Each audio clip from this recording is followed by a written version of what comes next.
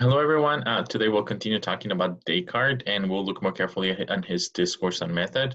By the time Descartes wrote his Discourse on Method, he was already a well-established mathematician. He was a well-established philosopher. He was a well-established scientist. So people were kind of pushing him onto writing down more carefully, more systematically, the way of going about sorry, I went to do that before. The way of going about performing his method, the way of going about being a philosopher, his style. He was again beginning a new tradition, a new way of doing philosophy, of doing science. He was in many ways in opposition to the model of doing philosophy that was characterized in most of the universities, what we now refer to as the scholastics. A tradition that begins from Aristotle, goes through Aquinas, and it gets significantly more complicated at some point. But anyway, Descartes was redefining science, philosophy, and he was developing a different kind of method for doing so. So he wrote the Discourse on Method, a relatively short work, as a way of kind of appeasing the crowd, the intellectuals that wanted to know more about his methods, why he was being so successful at some areas, some domains that the other scholars were not. And here's some of the things he says. So a lot of great things happen in the Discourse. You see a lot of Descartes' mind at work. So let's look at some of those things. So here's a cool quote from part 1 of the Discourse. The most widely shared thing in the world is good sense, something like common sense. For everyone thinks he's so well provided with it that even those who are the most difficult to satisfy in everything else do not usually desire to have more good sense than they have. And of course, he's been a little bit sarcastic when he says this.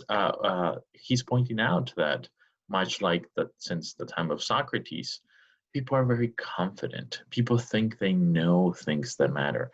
People think they have wisdom. People think they have answers to very deep questions like what is friendship, whether God exists, what is a good society, very hard questions with very complicated answers. A lot of people, in fact, he says most people go about as though they know it. They know all of the answers. And those very people are very hard to satisfy elsewhere. You know, they want to buy a piece of furniture, it has to be exactly the right kind, or like something like that, have very high standards for relatively insignificant things like buying a piece of furniture.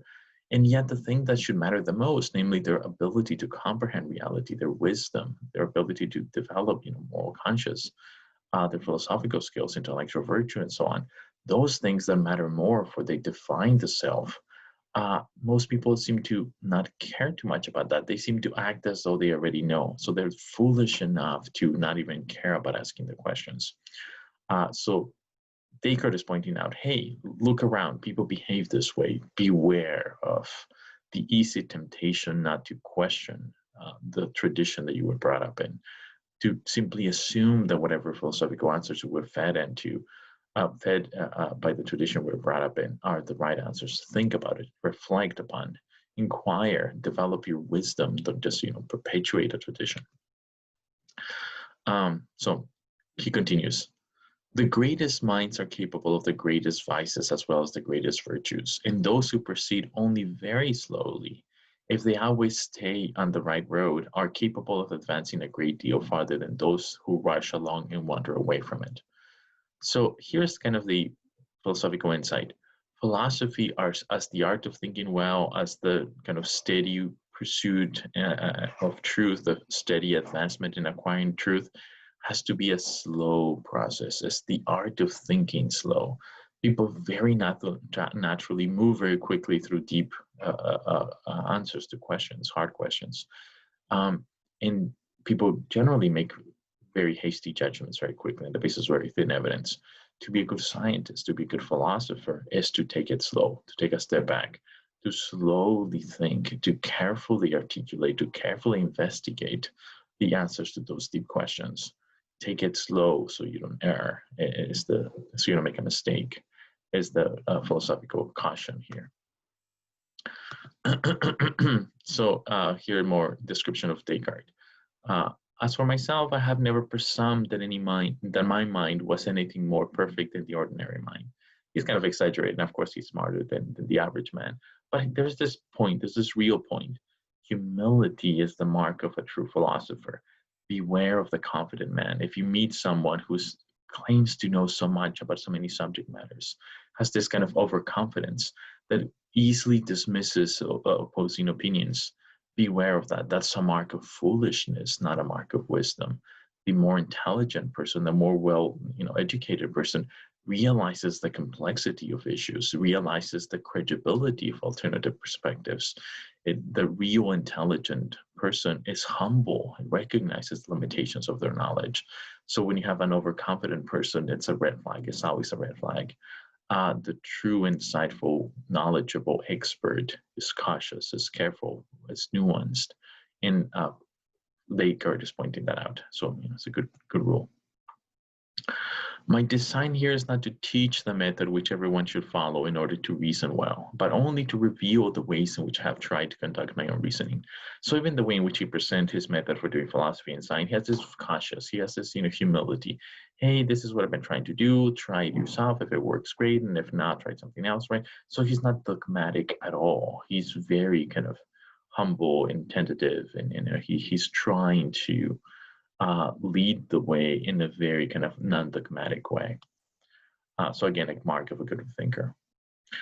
Quote, and he also talks more about his past. So quote, I was nourished on literature from the time of my childhood, but I found myself embarrassed by so many doubts and errors that it seemed to be I had gained nothing but trying to instruct myself, other than the fact that I had increasingly discovered my own ignorance. So he was very well read. He was very well informed. He went to the best university at the time. He had degrees from the top universities. He was offered a position of professorship at the top university, and he rejected it to do independent investigations. So he was very well educated, and people knew this. People knew that he was one of the top scholars of his time. And yet he has this humility to him. So that's a good sign. He continues. I will say nothing of philosophy other than this. Once I saw that it had been cultivated for centuries by the most excellent minds which had ever lived, and that nonetheless there was still nothing in it which was not disputed, and which was thus not still in doubt. I reckon as virtually false of those opinions which were merely probable. So here we see a lot of the insights into his way of thinking. He's very bothered by the fact that brilliant thinkers like Aquinas and Anselm disagree about fundamental questions. He rightfully worries that if very insightful, very excellent minds disagree about fundamental questions, that you don't have any certitude, right? That they can both be wrong. Either of them can be wrong. This sheds doubt onto their answers.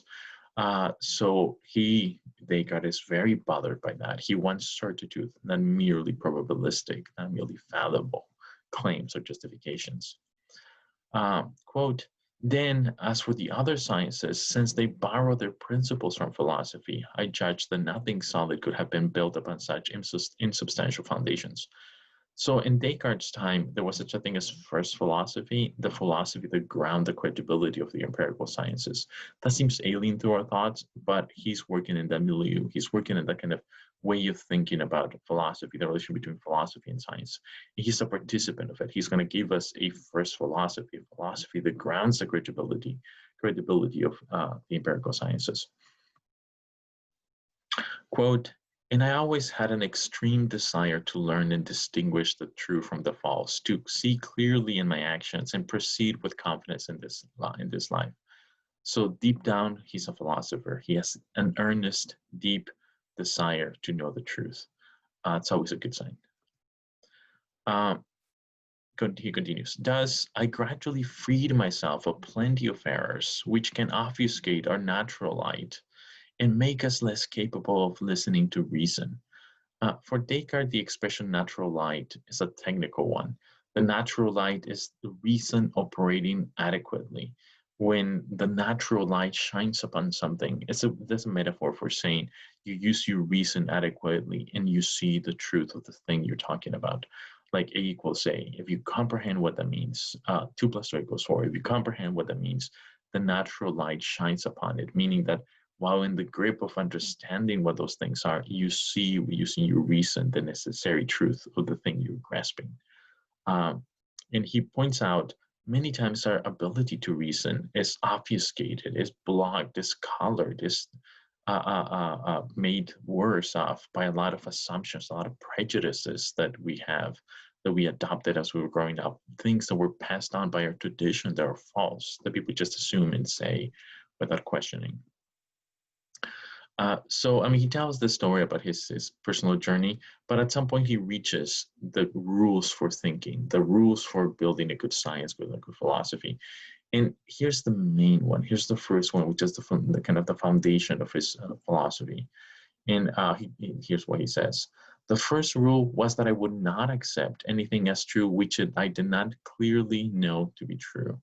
And we'll talk more about that. But he begins with the worry that some of the things that people have told him that were true may not be true.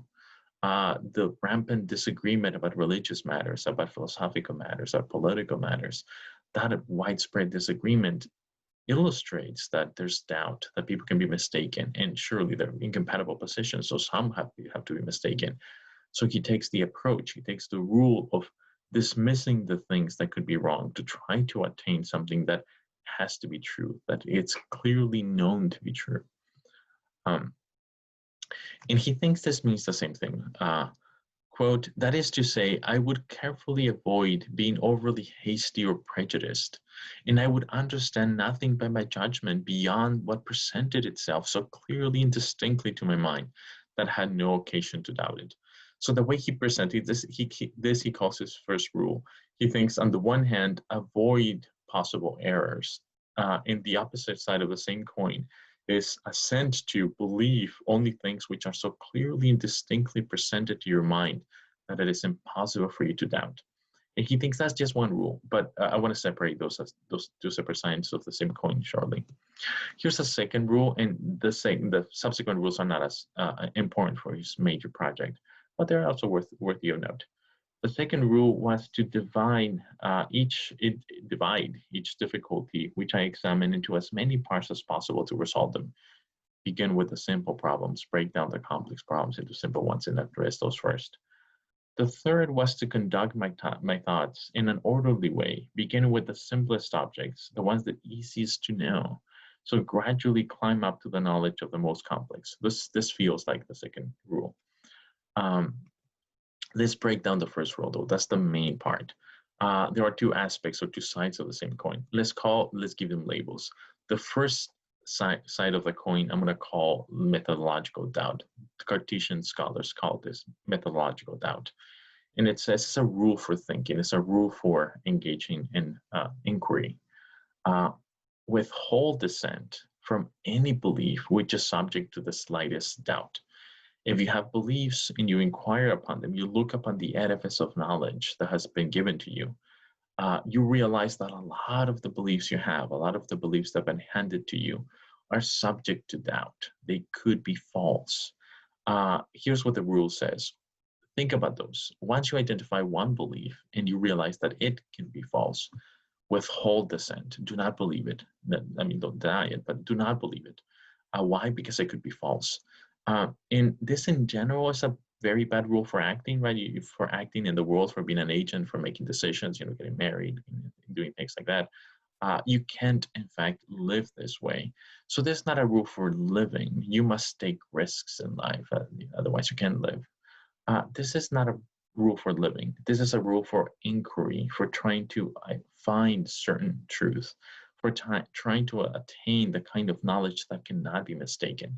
So that's what this rule, that's the context in which this rule is implemented, the context of trying to find a foundation for knowledge that is certain, that cannot be mistaken, that you know to be true in a very strong sense of the word know. That's when you implement this rule. It's in pure philosophical scientific thinking. Sometimes Descartes says that the methodological doubt, or this first rule, is to treat as false any belief which is subject to the slightest doubt. He's using hyperbole here. He's kind of being a bit deceptive. We don't have to treat as false. In fact, it's kind of foolish to treat as false that which we do not know to be true. What he must say, what he must mean, that the most charitable way of reading him is what I've said. Withhold dissent, that is fail to believe, not believe that it is false. Those are very different. So I think Descartes just being a little sloppy here.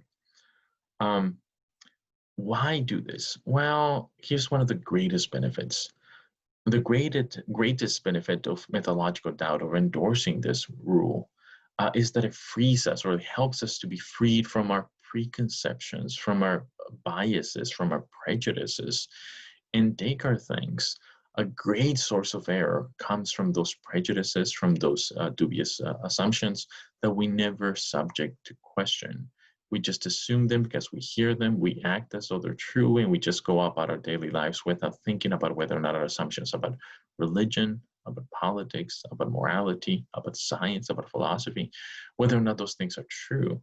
And we just act as though they are. So we stay in the dark, we stay in error, we stay in our mistakes, precisely because we just act through our preconceptions and prejudices instead of subjecting them to scrutiny, to thinking about them.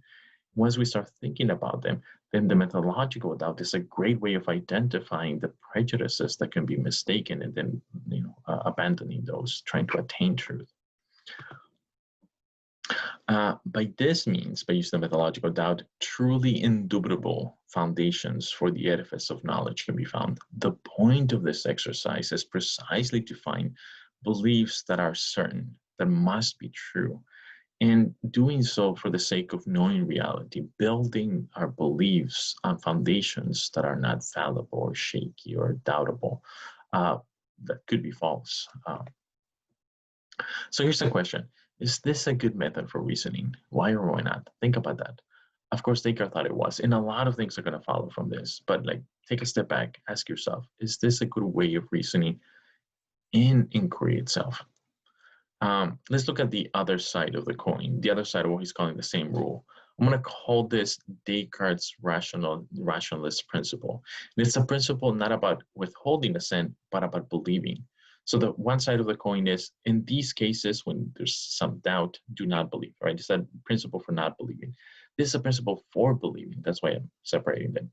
And it says, everything that I clearly and distinctly understand, sometimes he says perceive, but he really means the intellect, is true in a way which corresponds to my understanding. And that might seem weird, but here are the examples he has in mind. Think of A equals A, 2 plus 2 equals 4, logical truths like A or B, not A, therefore B. Think of those. Here's what Descartes claims. Think about those carefully, understand what those things mean. And there'll be this clear and distinct understanding, you grip on, your grasp of what those mean, would be engaged in your reason. And the truth of these claims, once you understand it, would be so transparent, so clear, and so distinct that you can't but believe them. And that fact is a mark of truth.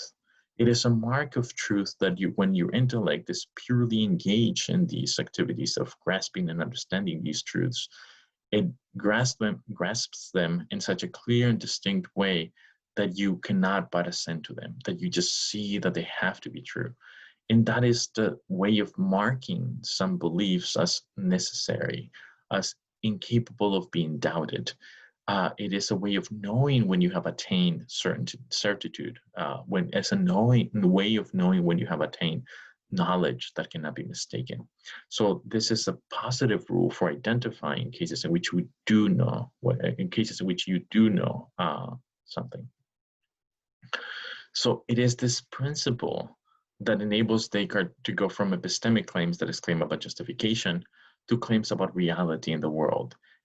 Things like, I'm justified in believing that something, to that something is true. So claims about justification can be converted into claims about truth or reality if they're mediated by the rationalist principle. I clearly and distinctly understand that 2 plus 2 equals 4. So that's a claim about me and my ability to believe. I am warranted or justified in believing that 2 plus 2 equals 4 because I clearly and distinctly understand it. That's an epistemic claim. It's an epistemic claim about knowledge. The rationalist principle guarantees or enables us to move on to describing reality. So I can go from the I'm justified in believing that 2 plus 2 equals 4 because I clearly and distinctly understand it, to the conclusion that it is true that 2 plus 2 equals 4. Reality must conform to this mathematical rule, this mathematical claim. The rationalist principle enables me to do that, to go from the rational justification to the reality is this way. That's the bridge onto reality, from reason to truth. And importantly for Descartes, sensation would just not do. The deliverance of the senses, what you see, what you hear, what you taste, they cannot be the foundation for knowledge, precisely because they're fallible. They can make mistakes. They're not the kinds of things that can deliver the certitude that reason, when it's operating clearly and distinctly, can. When you understand what 2 plus 2 equals 4, you have to be correct. I mean, you know what you're talking about. When you're sensing that, there's a blue wall in front of you, that could be mistaken. You can be dreaming, you can be hallucinating, right? Other things can be there. The mere sensation does not guarantee that the wall is there, right? Something else can be happening. So sensation is not a assured guide to truth. Reason is. So the natural light of reason tells me so, or things are self-evident. The natural light of reason is when you engage with it, when the light of reason shines upon, when you grasp 2 plus 2 equals 4. That is the mark of truth, and that is the credible way of investigating reality.